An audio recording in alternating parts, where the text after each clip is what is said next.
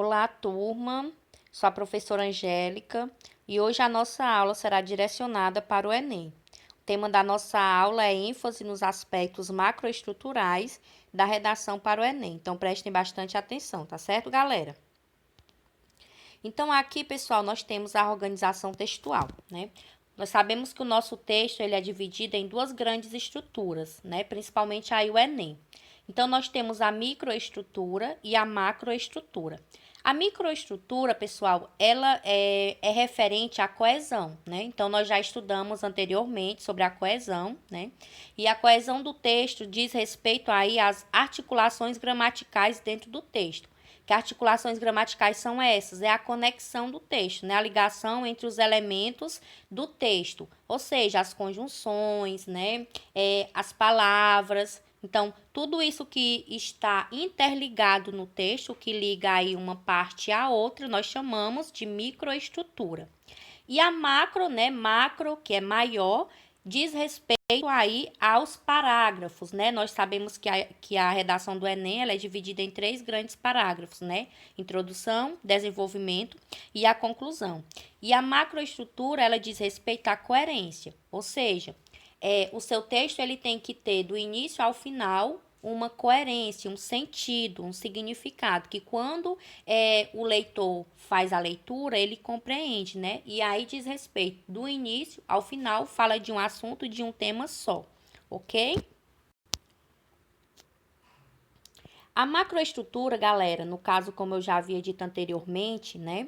Ela vai ser dividida aí entre os parágrafos. Então, nós teremos a introdução, o argumento 1 e o argumento 2, que fazem parte do desenvolvimento, e a conclusão do texto, ok? Dentro dos aspectos macroestruturais, nós teremos a apresentação e organização do texto.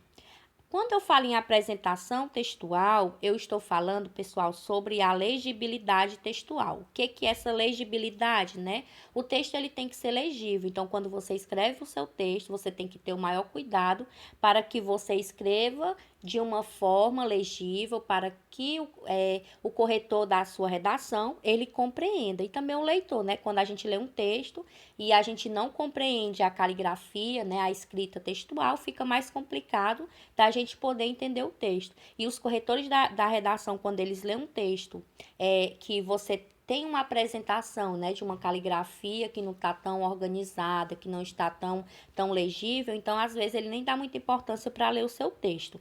E dentro dessa apresentação textual, também é importante respeitar as margens, né, e a indicação dos parágrafos, ou seja, tem que respeitar as margens do texto, né, para não ultrapassar a margem textual, e também indicar os parágrafos, né, dar o espaçamento dos parágrafos dentro do texto.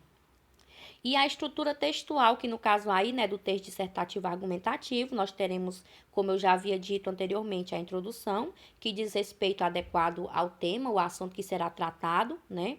O desenvolvimento que diz respeito ao seu posicionamento, ou seja, que você vai argumentar, e a conclusão, que é o fechamento do texto, né, de modo coerente e que tem uma intervenção social. Dentro da introdução, galera, a gente, né, tem aí essa divisóriazinha entre tese, argumento e argumento 2. Como que é isso? Dentro da introdução, você tem que já especificar a sua tese, como eu já havia explicado nas aulas anteriores. Nós temos que ter o nosso posicionamento logo desde na introdução, para que o corretor da redação ele entenda qual é o nosso posicionamento em relação ao assunto, né, ao tema tratado. E nós já temos que ter 2 frases aí desenvolvidas, né, que é o argumento 1 e o argumento 2, que serão desenvolvidos, né, no decorrer do seu texto, lá no desenvolvimento, ok? Então, o argumento 1, uma frase para o argumento 1 e uma frase para o argumento 2. Dentro do desenvolvimento, vocês terão aí, né, os 2 parágrafos. Então, o primeiro parágrafo, ele retoma a argumentação 1 e o segundo parágrafo, ele retoma a argumentação 2. Por exemplo, se na introdução você já colocou lá 2 frases, Vamos citar um exemplo, por exemplo, aqui do coronavírus, né, que é o tema atual. Se por um acaso lá no seu desenvolvimento você já se posicionou, colocou a sua tese, aliás, na introdução, já colocou sua tese falando a respeito do coronavírus, que no caso o coronavírus trouxe bastante aspectos negativos, falando aí mundialmente, você poderia colocar duas frases logo lá na introdução que você vai desenvolver, né? Então, por exemplo, o argumento 1 poderia você falar o coronavírus em relação à saúde, né? A decadência da saúde em meio a essa pandemia. Você poderia também, como argumento 2, falar da economia, né? Como desencadeou a economia, né? A nível mundial, desemprego e tudo. Então, aí você já colocaria a sua tese, você já teria um argumento 1, falando sobre a saúde, que lá no primeiro parágrafo do desenvolvimento você já falaria sobre a saúde.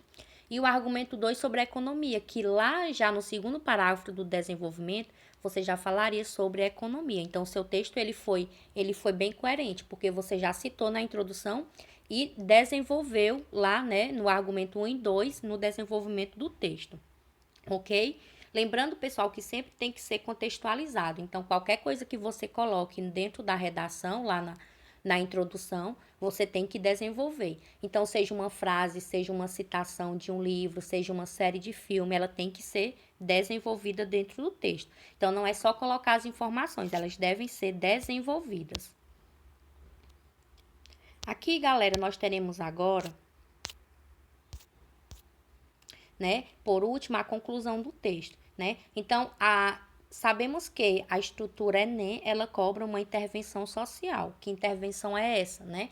É uma possível solução para o problema, né? Então, assim, você vai desenvolver dentro da conclusão uma proposta de intervenção. Sabemos que todos os temas referentes ao Enem, ele cobra, né, aí uma intervenção social, porque você vai se posicionar, né, mediante aquele tema e colocar uma possível solução. Claro que não seja utópica, que não possa ser resolvida, né, galera? Nós temos que pensar e ter pé no chão, que deve ser uma proposta que possivelmente pode ser desenvolvida. Aí tem os agentes, né, que vão aí estar desenvolvendo isso, seja o governo, seja aí uma secretaria, alguma coisa referente, né?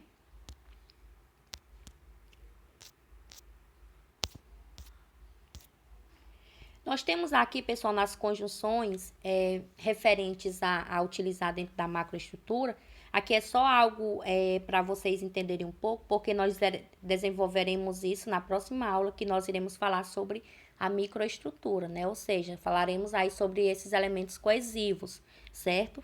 Então, a introdução, nós temos aí algumas conjunções referentes, né? Possível afirmar, podemos perceber, relativo a, no que se refere, isso na introdução, certo?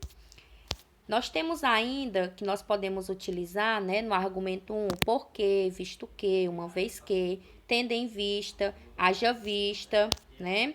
Temos aí o argumento 2, na introdução, não só, mas também, não apenas, como também, aliado, relacionado em consonância. O parágrafo 2 aprofunda o que foi dito anteriormente, né?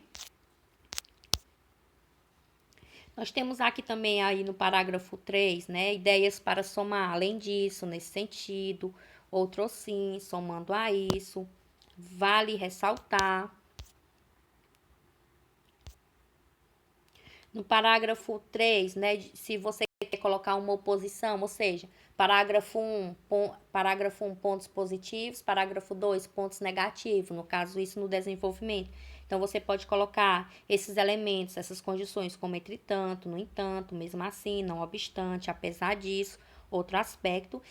Lembrando que na próxima aula nós iremos analisar uma redação utilizando essa estrutura, tá certo, galera? Isso aqui é só para vocês terem em mente já assim conhecimento relacionado a esse assunto, porque na próxima nós iremos aprofundar mais.